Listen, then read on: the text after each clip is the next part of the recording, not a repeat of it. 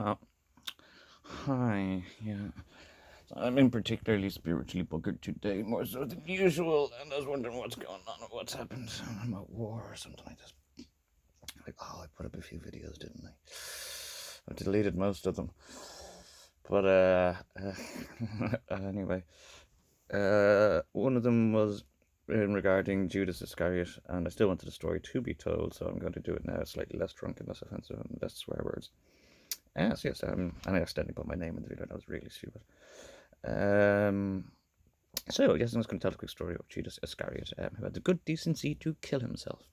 Yeah. So you know that Judas is called the betrayer. Yeah, betrayed Jesus, although Peter denied him 3 times. And Peter is Peter, Paul, and Mary. You notice that Judas is known to be a traitor. So Jesus turned to Judas, and Jesus is very clairvoyant, some people, and he could sense that in the future Judas was going to have his heart broken for betraying Jesus.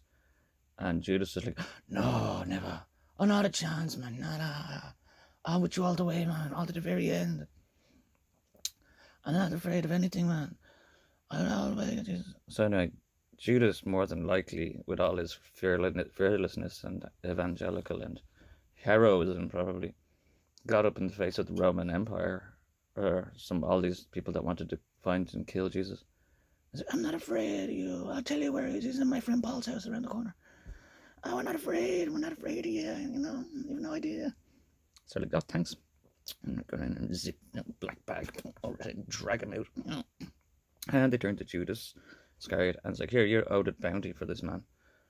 And Judas again had no idea. He thought they were going to come over and learn wisdom with Jesus, and I'm not afraid. Judas then was given 30 pieces of silver for the ransom on the head of Jesus Christ, and he dropped it. He didn't even touch it. He let it drop through his hands onto the ground and realized, oh my God, what have I done? And he ran off and killed himself. Hung himself from a tree. There might be something that he actually did about stabbing himself in the stomach and jumping out of a tree or something. Really got the job done. That's how bad he felt. Ireland, the island, like I said in the video, the island of Ireland. You wanted your finder's fee. You found me. You found me down in Waterford when I was studying. You were going through my flat and you were being nosy and you were watching me when I was writing my genius aphorisms like Nietzsche.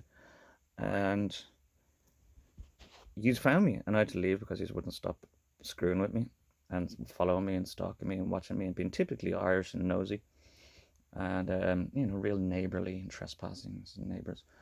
And they're very Christian people, yeah. And,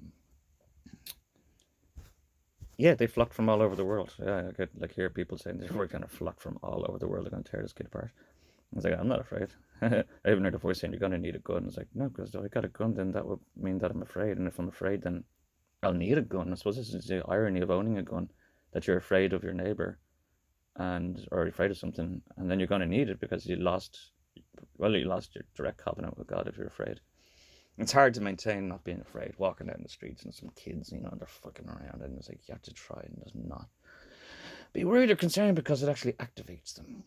Yeah, it actually activates them and gets them kind of cheered up. If you're worried or afraid, they can smell the fear off you and they'll get a kick out of it then. So you just have to be not afraid. Completely just not afraid. Gin and tonic is a good remedy. So yes, you wanted a finder's fee and you got your finder's fee. So I'm just saying, comparisons to people who are called the traitors and betrayer of Christ or Christian values or Christ himself. He's got your finder's fee.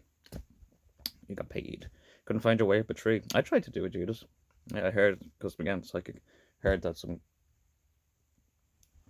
girl, I can't remember if it was the French model, which this is called French model, or was one of the IRA lads. I think it was one of the IRA lads that was stalking me. And he went and killed himself because all the madness that was going on. And I felt so bad about it that I went off and tried to swing from a tree. And that's how we ended up in a psychiatric hospital the first time. Yeah.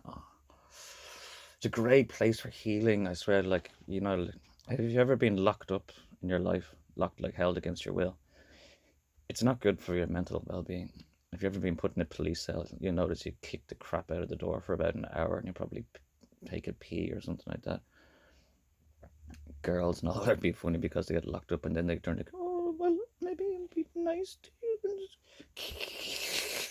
Going through all the psychological avenues of being held against your own will. So it's a really great place to bring somebody that's suicidal, lock them up in a psychiatric unit, and force them antipsychotic medicines. That's a great idea, yeah. They take your belt and your shoelaces off you, so you look like a fucking dipshit walking around flip-flopping. Like, this is great for my self-dignity and my, oh, yeah. Then I wear pajamas all the time, and then it turned out, well, he was probably crazy if he's wearing pajamas all the time. It's like, you took my belt and shoes. I was like, a social worker had to step in and say, I was like, yeah, I'm still in the pajamas. I was like, oh, but John wanted his clothes. You wouldn't give. Yeah, great dignity, great for healing place environment. So anyway, that's the story of Judas. That's the story of Ireland. One of them's all right. And I think that's it. Did I get it all done? I've no end game. That's the problem with me. My little end game. Put a nice bow and a cherry on top for you bitches. Yeah, so like, don't go read a gospel. It keeps me ahead of you.